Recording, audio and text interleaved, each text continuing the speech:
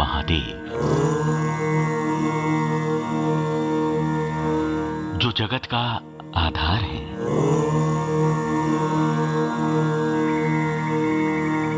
शिव ज्योति स्वरूप है। उनका जीवन ही सृष्टि का प्रकाश है। वो महायोगी हैं, तपस्वी हैं, गुरु हैं। तो साथ ही गृहस्थ जीवन की पटकथा भी भगवान रुद्र लिखते हैं। महादेव के साथ ही जीवन की सारी विषमताएं जुड़ी हैं। शिव देवताओं के रक्षक हैं, तो साथ ही असुरों के संहारक। रामायण में गोस्वामी तुलसीदास ने शिव को जगत का स्वामी कहा है। वो लिखते हैं, विश्वनाथ मम नाथ पुरारी, त्रिभुवन महिमा विदित तुम्हारी। अर्थात शिव ब्रह्मांड के स्वामी हैं और उनकी महिमा तीनों लोकों में गाई जाती है। भगवान शिव निर्विकार हैं, निराकार हैं, ओंकार स्वरूप हैं। इसीलिए उनके शिवलिंग स्वरूप की पूजा होती है। शिव की महिमा की गाथा अनंत है। भारत में अनेक ऐसे शिवलिंग हैं, शिवालय हैं, जिनसे महादेव का कोई ना कोई नाता अवश्य जुड़ा है,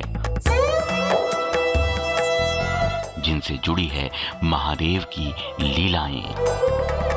ऐसा ही एक चमत्कारी शिवलिंग महाराष्ट्र के पुणे में है, जिसे ओंकारेश्वर शिवलिंग कहते हैं। पुणे का ओंकारेश्वर मंदिर शनिवार पेठ में मुथा नदी के किनारे स्थापित है, जहां जाकर मन को असीम शांति का एहसास होता है।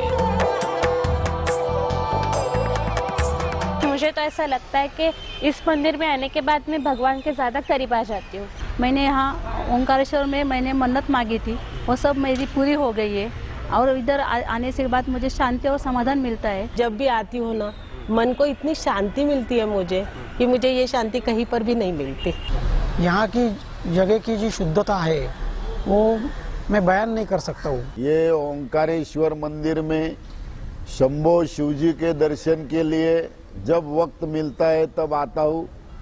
मैं बहुत रिलैक्स हो जाता हूँ।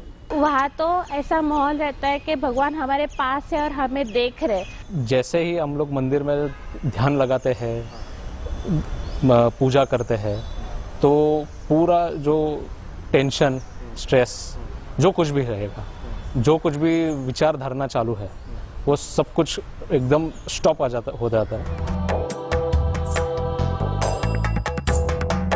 जिस मंदिर में पेशवा राजघराने की आन बान और शान जुड़ी है। दावा किया जाता है कि आजादी के आंदोलन में भोलेनाथ के इसी मंदिर के पास लोकमान्य तिलक और विनायक दामोदर सावरकर ने आजादी के आंदोलन को धार दी थी।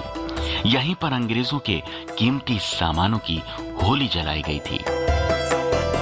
काले पाषाण पत्थर से बनी मंदिर की दीवारें किसी मजबूत किले का आभास करवाती हैं।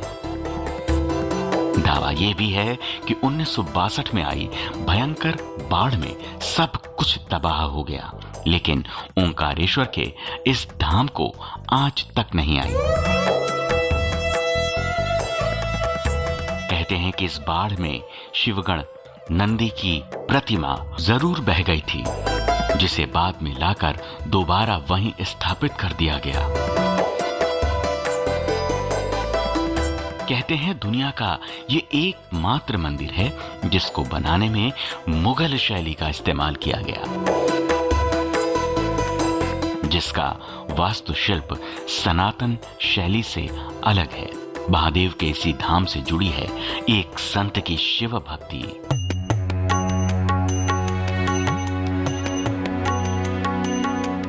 उनकी तपस्या जिसने इस मंदिर को आकार दिया, जिसने उसे साकार किया और टनों क्विंटल सोने को ठुकरा दिया। महाशिवरात्रि और सावन सोमवार में त्रिपुरारी के इस धाम में भक्तों की भारी भीड़ उमड़ती है। भक्तों में ओंकारेश्वर शिवलिंग के दर्शन की लालसा इतनी प्रबल होती है कि लोग यहाँ दौड़े चले आते हैं। भोलेनाथ को जल चढ़ाते हैं। बेलपत्र, फूल, धतूरे और माखन से महादेव का श्रृंगार करते हैं। Bureau report, KBC news.